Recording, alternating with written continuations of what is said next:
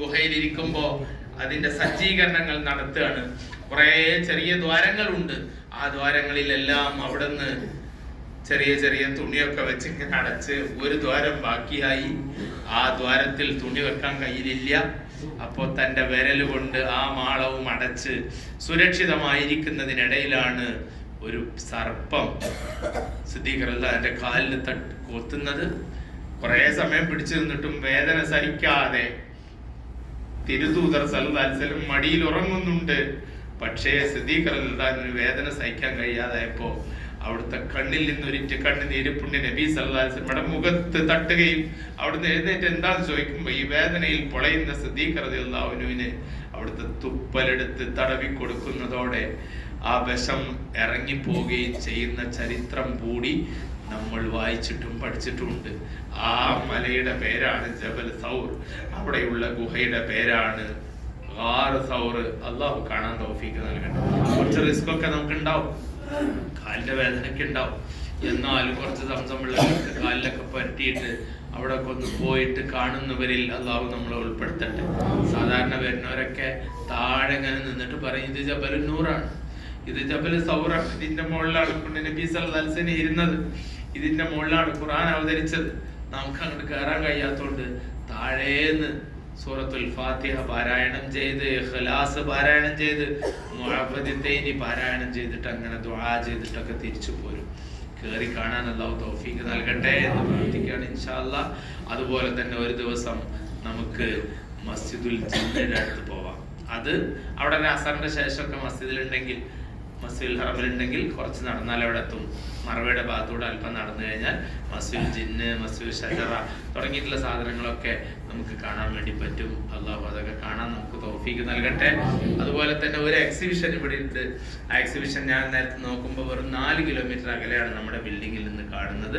അപ്പൊ അവിടേക്ക് ഒക്കെ പോകാം. നമ്മുടെ ഹജ്ജ് സുവിധയിൽ അവസാനത്തെ ഭാഗം ഒരു ഹോമുണ്ട്, ഒരു അക്കോമഡേഷൻ ഉണ്ട്, അവസാനത്തെ ഒരു ഭാഗം. ആ ഭാഗത്ത് സിയാറത്ത് ചെയ്യാൻ പറ്റുന്ന സ്ഥലങ്ങളെ കുറിച്ചൊക്കെ ഉള്ള അറിയിപ്പുകളുണ്ട്. അവിടെ ക്ലിക്ക് ചെയ്ത് കഴിഞ്ഞാൽ നമുക്ക് അതിന്റെ ലൊക്കേഷനൊക്കെ കിട്ടും. ഇതൊക്കെ ഉപയോഗപ്പെടുത്തുക എന്നുള്ളതാണ്. ഇനി കൂട്ടമായിട്ട് ബസ്സിലൊക്കെ സിയാറത്തിന് പോകുന്ന ആളുകളെ സംബന്ധിച്ചിടത്തോളം പ്രധാനപ്പെട്ട സ്ഥലങ്ങളൊക്കെ ഒന്ന് കാണിച്ചുകൊണ്ടാണ് അവർ ചെയ്യുക. അപ്പൊ ആളുകളോട് സംസാരിക്കുമ്പോൾ ഞങ്ങൾക്ക് ഇന്ന അടുത്തൊക്കെ കാണാൻ എത്ര വേണം എന്നുള്ള രൂപത്തിലൊക്കെ നമ്മൾ അതിനനുസരിച്ച് കൈകാര്യം ചെയ്യണമെന്ന് സ്നേഹപൂർവ്വം എൻ്റെ പ്രിയപ്പെട്ടവരോട് അഭ്യർത്ഥിക്കുകയാണ്. ഇൻഷാ അല്ലാഹ് ഈ കാര്യങ്ങളൊക്കെ ചെയ്യുകയും ഹറമിൽ പോവുകയും വരികയും പരമാവധി വക്ത് നമുക്ക് എല്ലാവർക്കും അറിയാം. ഞങ്ങളിങ്ങനെ ഒരു 3-4 പേര് നിങ്ങളുടെ കൂടെ നിൽക്കുന്നുണ്ട്. നിങ്ങൾ ഹറമിൽ പോയിട്ട് ദുആ ചെയ്യുമ്പോൾ ഞങ്ങളെയും കൂട്ടുമെന്ന ഉത്തമമായ വിശ്വാസത്തിലാണ് ഞങ്ങൾ നിലകൊള്ളുന്നത്. ചില സർക്കാരിന്റെ നിയന്ത്രണവും കൂടിയൊക്കെ ഉള്ളത് കൊണ്ട് ഹറമിൽ പോവുക എന്നതൊക്കെ ഞങ്ങളെ സംബന്ധിച്ചിടത്തോളം അപൂർവമായ സംഗതിയാണ്.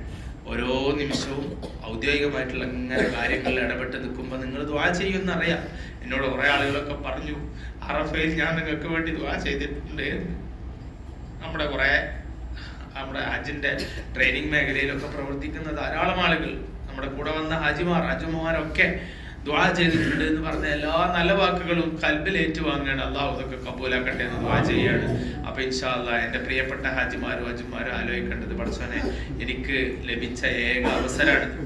ഹജ്ജിന് ഇനി ഒരു പക്ഷേ വരാൻ എനിക്ക് കഴിഞ്ഞില്ലെന്ന് വന്നേക്കാം. അതുകൊണ്ട് ഈ സമയം പൂർണ്ണമായിട്ടും നമ്മൾ ഉപയോഗപ്പെടുത്തുകയൊക്കെ ചെയ്യാം. അതേപോലെ തന്നെ നമ്മൾ അറഫയുടെ മണ്ണിൽ ഒരിക്കൽ കൂടി പോകാൻ നമുക്ക് അവസരം കിട്ടുകയാണെങ്കിൽ ജബലുർ റഹ്മ എന്ന കാരുണ്യത്തിന്റെ മല കാണുമ്പോ, അതുപോലെ മസ്ജിദുൻ നബിഹ കാണുമ്പോ, അറഫയുടെ വിവിധ സ്ഥലങ്ങളൊക്കെ കാണുമ്പോൾ നമുക്ക് പുണ്യ നബി സല്ലല്ലാഹു അലൈഹി വസല്ലമയുടെ ഓർമ്മ വരും. ഹജ്ജത്തുൽ വിദാ എന്ന് പറയുന്ന വിടവാങ്ങലിന്റെ ഒരു ഹജ്ജാണ് പുണ്യ നബി സല്ലല്ലാഹു അലൈഹി വസല്ലം ചെയ്തത്. അന്ന് നടത്തിയ പ്രസംഗമാണ് ഖുതുബത്തുൽ വിദാ. ആ പ്രസംഗത്തിൽ റസൂലുള്ളാഹി സല്ലല്ലാഹു അലൈഹി വസല്ലം ലോകത്തെ മുഴുവൻ ആളുകളോടും മാനവികതയുടെ ഏറ്റവും വലിയ കാര്യങ്ങൾ ഉദ്ഘോഷിച്ചുകൊണ്ട് സംസാരിക്കുന്നുണ്ട്. കൂട്ടത്തിൽ സ്ത്രീകളെ കുറിച്ച് പറയുന്നുണ്ട്, കുട്ടികളെ കുറിച്ച് പറയുന്നുണ്ട്, ഒരു മരത്തെ കുറിച്ച് അത് സംരക്ഷിക്കേണ്ടതിനെ കുറിച്ച് പറയുന്നുണ്ട്, വെള്ളം അമിതമായി ഉപയോഗിക്കരുത് എന്നതിനെ കുറിച്ച് പറയുന്നുണ്ട്. അങ്ങനെ പറഞ്ഞിട്ട് പറയുന്ന ഏറ്റവും പ്രധാനപ്പെട്ട വാക്ക് മറ്റൊരാളുടെ അഭിമാനത്തിന് നിങ്ങൾ ക്ഷതമേൽപ്പിക്കരുത് എന്നാണ്. എന്നിട്ട് അതൊക്കെ പറഞ്ഞിട്ട് പറയാണ്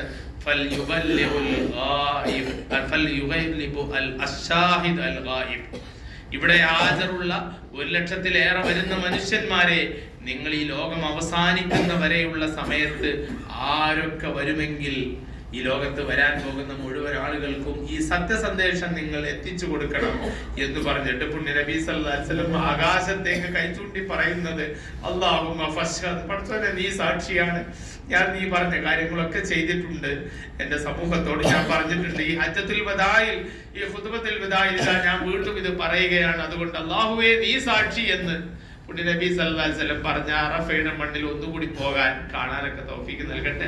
തിരക്കുള്ള സമയത്താണ് നമ്മൾ പോയത്.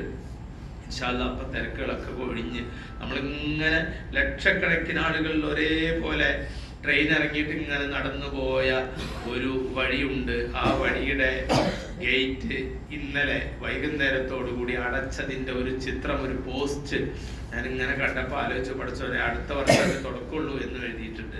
അള്ളാഹു എത്ര തവണയാണ് നമ്മൾ അതിൽ പോകാൻ അവസരം നൽകിയത്. മിനായിൽ നമ്മുടെ കൂട്ടത്തിൽപ്പെട്ട ആർക്കും ഒരു പ്രയാസം ഉണ്ടായില്ല, ഒരു ബുദ്ധിമുട്ടും ഇല്ലാതെയാണ് നമ്മൾ ഈ കാര്യങ്ങളൊക്കെ ചെയ്തത്. റഹ്മാനായ റബ്ബ് നമ്മളോട് കാണിച്ച വലിയ കാരുണ്യമാണ്. നമ്മളെ തെരഞ്ഞെടുത്തത് തന്നെ വലിയ കാരുണ്യമാണ്. നമുക്ക് ഏറ്റവും സുന്ദരമായിട്ടും എളുപ്പത്തിലും ചെയ്യാൻ അല്ലാഹു തൗഫീഖ് നൽകിയത് വലിയ കാരുണ്യമാണ്. അതുകൊണ്ട് അതൊക്കെ നമ്മൾ ഹൃദയത്തിൽ ഏറ്റുവാങ്ങുകയും, ചിലപ്പോൾ നമ്മൾ ചിത്രം എടുത്തിട്ടില്ല, നമ്മൾ വീഡിയോ എടുത്തിട്ടില്ല, പക്ഷെ അതൊക്കെ നമ്മുടെ കൽബിൽ ഒരു ചിത്രമായിട്ട്, ഒരു വീഡിയോ ആയിട്ടൊക്കെ ഉണ്ടാകട്ടെ എന്ന് എൻ്റെ പ്രിയപ്പെട്ടവരോട് അഭ്യർത്ഥിക്കുകയാണ്. ഇൻഷാ അല്ലാഹ് ഈ ദിവസങ്ങൾ ഏറ്റവും നന്നായിട്ട് ചെലവഴിക്കുക. കൂട്ടത്തിൽ പറ്റുന്ന ഓരോ ദിവസം തായിഫിൽ പോകുന്നു. തായിഫ് നമ്മുടെ ഹൃദയത്തിൽ ഏറ്റവും സന്തോഷം ഉണ്ടാകുന്ന, കൽബിന് കുളിരൊക്കെ നൽകുന്ന ഒരു സ്ഥലമാണ്. കൂട്ടത്തിൽ നമ്മളിങ്ങനെ ആലോചിക്കേണ്ടത്, ഒരുപാട് ആളുകൾ അവിടെയുണ്ട്. അവിടെ ചെല്ലുമ്പോൾ നമുക്ക് അബ്ദുല്ലാഹ് ഇബ്നു അബ്ബാസ് റളിയല്ലാഹു അൻഹുവിനെ കാണാൻ പറ്റും. അവിടുത്തെ അവരവിടെ ഉണ്ട്, പള്ളിയുണ്ട്, ലൈബ്രറി ഉണ്ട്. അതുപോലെ തന്നെ റസൂലുള്ളാഹി സ്വല്ലല്ലാഹു അലൈഹി വസല്ലം ഈ മക്കയുടെ മണ്ണിൽ നിന്ന് ശത്രുക്കളുടെ ഉപദ്രവങ്ങൾ ഇങ്ങനെ കൂടിയപ്പോ തന്റെ മാതാവായ ആമിന റളിയല്ലാഹു അൻഹായുടെ നാടായ തായിഫിൽ അഭയം ലഭിക്കുമോ എന്ന് വിചാരിച്ച് ചെല്ലുകയും, എന്നാൽ ഇവിടെയുള്ളതിനേക്കാളും വലിയ ആട്ടിയോടിക്കൽ അവിടെ നിന്ന് ഉണ്ടാവുകയും ചെയ്തപ്പോ അവിടുത്തെ രക്തം ഭൂമിയിൽ ഉറ്റിയിട്ട് ഇങ്ങനെ ഓടി ഓടി പോയിട്ട് ഒരു ചെറിയ തണലുള്ള സ്ഥലത്ത് വിശ്രമിക്കുമ്പോ ശത്രുക്കള് വീണ്ടും ചെയ്യണ പണി എന്താ വെച്ചാൽ കല്ലുരുട്ടിയിട്ട് പുണ്യ നബി സല്ലല്ലാഹു അലൈഹി വസല്ലമയെ മുകളിൽ നിന്ന് കല്ലുരുട്ടിയിട്ട് കൊല്ലാൻ വേണ്ടി നോക്കുകയും ആ കല്ല് അല്ലാഹു പിടിച്ചു വെക്കുകയും ചെയ്തത് ഇപ്പോഴും അവിടെ കാണാൻ പറ്റും. തൊട്ടടുത്ത് തന്നെ ജൂതനായ ഒരു അദ്ദാസ് എന്ന മനുഷ്യനുണ്ട്. അദ്ദേഹത്തിന്റെ പേരിലുള്ള ഒരു പള്ളിയുണ്ട്, ഒരു മുന്തിരിത്തോട്ടം ചെറുതായിട്ട് ഇപ്പോൾ കണ്ട്, ചെറിയ മറ്റു കാര്യങ്ങളൊക്കെ കൂടിയുള്ള അവിടെ പുണ്യ നബി സല്ലല്ലാഹു അലൈഹി വസല്ലമക്ക് ഭക്ഷണം കൊടുക്കുന്ന അദ്ദാസിനെ ചരിത്രത്തിൽ നമുക്ക് കേൾക്കാൻ വേണ്ടി പറ്റും. അതുപോലെ ഇക്രിമ റളിയല്ലാഹു അൻഹുവിന്റെ ഓർമ്മയുണ്ട്. അതുപോലെ ഒരുപാട് സംഗതികളൊക്കെ ഉള്ള സ്ഥലങ്ങളൊക്കെ സന്ദർശിച്ച് തിരിച്ചു വരുവാനും അല്ലാഹു തൗഫീഖ് നൽകട്ടെ. ഇൻഷാ അല്ലാഹ് നമുക്ക് എന്തെങ്കിലും പ്രയാസങ്ങൾ ഉണ്ടെങ്കിൽ അതൊക്കെ ക്ഷമിക്കുകയും അല്ലാഹുവോട് പറയുകയും ചെയ്ത് അല്ലാഹുവേ ഞങ്ങളെ കബൂലാക്കണേ എന്ന് ദുആ ചെയ്ത് ഇനിയുള്ള ദിവസങ്ങൾ ചെലവഴിക്കാൻ റഹ്മാനായ റബ്ബ് നമുക്ക് തൗഫീഖ് നൽകട്ടെ. മദീനയിലേക്ക് പോകുന്നതിന് മുമ്പ് വീണ്ടും നമ്മൾ ഇതിവിടെ ഒരുമിച്ച് കൂടും.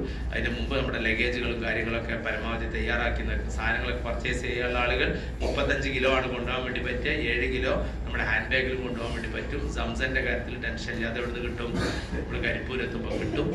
ഇൻഷാ അല്ലാഹ് അതൊക്കെ ചെയ്യാനുള്ള നമുക്ക് തൗഫീഖ് നൽകട്ടെ. കാരുണ്യവാനായ അല്ലാഹു നമ്മളെ സ്വീകരിക്കട്ടെ. പഠിച്ചവനെ, ഞങ്ങൾ പാവങ്ങളായിട്ടുള്ള അടിമകളാണ്, ഞങ്ങളെ നീ സ്വീകരിക്കണമേ. ربنا آتنا في الدنيا حسنة وفي الآخرة حسنة وقنا عذاب النار. ربنا تقبل منا إنك أنت السميع العليم وتب علينا إنك أنت التواب الرحيم واغفر لنا يا غافر المذنبين. السلام عليكم ورحمة الله.